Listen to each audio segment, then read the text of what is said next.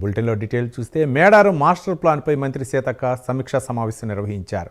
ఈ సమీక్షలో దేవాదాయ శాఖ principal secretary Shailaja Ramaiyer, commissioner Venkatrao, Mulugu collector Divakar TS, Sammakka Saralamma Jatara పూజారుల సంఘం అధ్యక్షులు సిద్ధబోయిన జగ్గారావు, పూజారి సిద్ధబోయిన అరుణ్ కుమార్ పాల్గొన్నారు.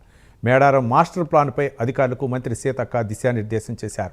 మేడారం ఆలయ ప్రాంగణాన్ని ఆదివాసుల ఆచార సంప్రదాయాలను మరింత చాటి చెప్పేలా తీర్చిదిద్దాలని సూచించారు.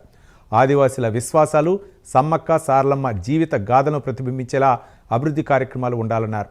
సమ్మక్క సారలమ్మల గద్దెలు, ఎంట్రన్స్, క్యూలైన్ల డిజైన్లను సిద్ధం చేసి సమ్మక్క సారలమ్మ పూజారులకు అందించాలని, వారి ఆమోదంతో సమ్మక్క సారలమ్మల గద్దెలను తీర్చిదిద్దాలని మంత్రి సీతక్క చెప్పారు. వచ్చే మేడారం జాతరకు మేడారం మాస్టర్ ప్లాన్లోని ఫస్ట్ ఫేజ్ను పూర్తి చేయాలని మంత్రి సీతక్క అధికారులను ఆదేశించారు.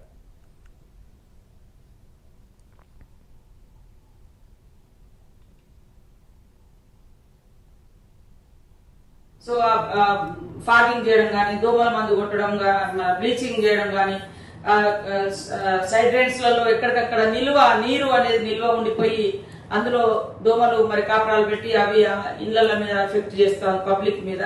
వాటిని కూడా దృష్టిలో పెట్టుకొని ఇప్పుడు సీజన్ తగ్గట్టుగా మనం వర్క్ చేయండి కావాలి. నిన్నటి దాకా ఒక వర్క్ సమ్మర్ సీజన్ లో, ఇప్పుడు మనము మరి మాన్సూన్ లోకి వచ్చినాం కాబట్టి దీనికి తగ్గట్టుగా ప్రణాళిక, ఏం జబ్బులు వస్తాయి, ఏం సమస్యలు ఉంటాయి అనేది జిల్లాల వారీగా ఒకసారి వెంటనే మీరు రివ్యూ చేసుకొని కూర్చొని మీటింగ్ పెట్టుకొని ఆ మీటింగ్ లో ఇక్కడ నుంచి వచ్చే గైడెన్స్ కింది వరకు తీసుకెళ్లి వెంటనే ఇంప్లిమెంటేషన్ అయ్యే విధంగా చేయండి. లేకుంటే గ్రామాలు మళ్ళీ విష జ్వరాల బారిన పడి హాస్పిటలైజ్ అయ్యే పరిస్థితి వస్తుంది. కాబట్టి దానికి తగ్గట్టుగా మీరు చర్యలు తీసుకోవాలి. మనం లాస్ట్ ఇయర్ కూడా చాలా సార్లు మనం ఇలా వీసీల ద్వారా వీసీ ఏర్పాటు చేసుకుని చాలా గైడెన్స్ ఇక్కడ నుంచి కూడా ఇచ్చినాం. ఇప్పటి నుంచి మళ్ళీ ఎవ్రీ మంత్ ఆర్ 15 days ఒకసారి ఇది మనం కండక్ట్ చేసుకోవడం జరుగుతుంది.